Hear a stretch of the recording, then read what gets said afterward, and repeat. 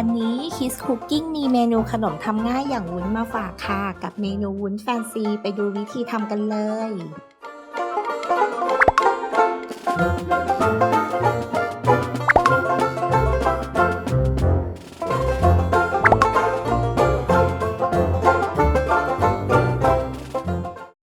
เราจะเริ่มจากนำผงวุ้นนะคะไปละลายในน้ำร้อนกันก่อน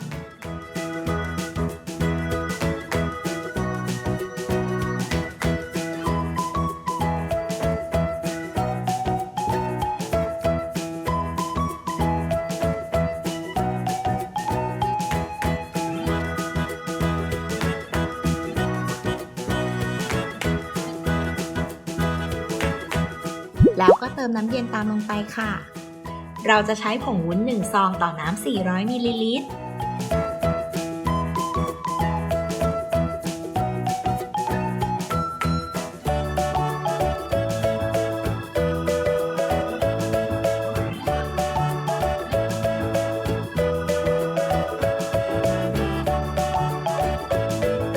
พักไว้สักครู่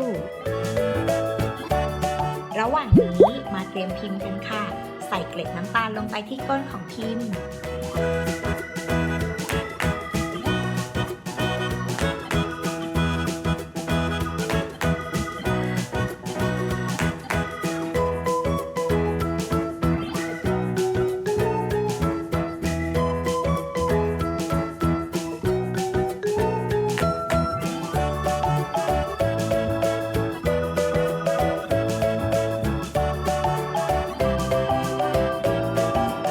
เสร็จแล้วก็นำวุ้นที่เตรียมไว้ค่ะมาหยอดใส่พิมพ์ให้เต็มทุกช่องเลย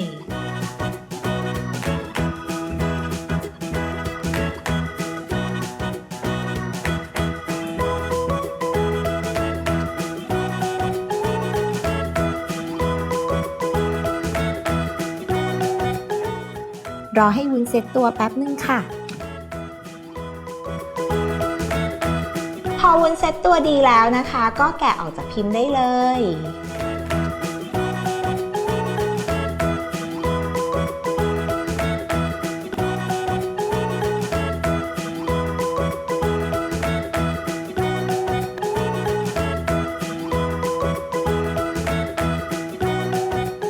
เสร็จแล้วค่ะวุ้นแฟนซีง่ายมากเลยใช่ไหมล่ะคลิปหน้า Kids Cooking จะมีอะไรมาฝากกด Subscribe Kids Kitchen เอาไว้แล้วกดกระดิ่งอัปเดตคลิปได้ทุกวันนะคะ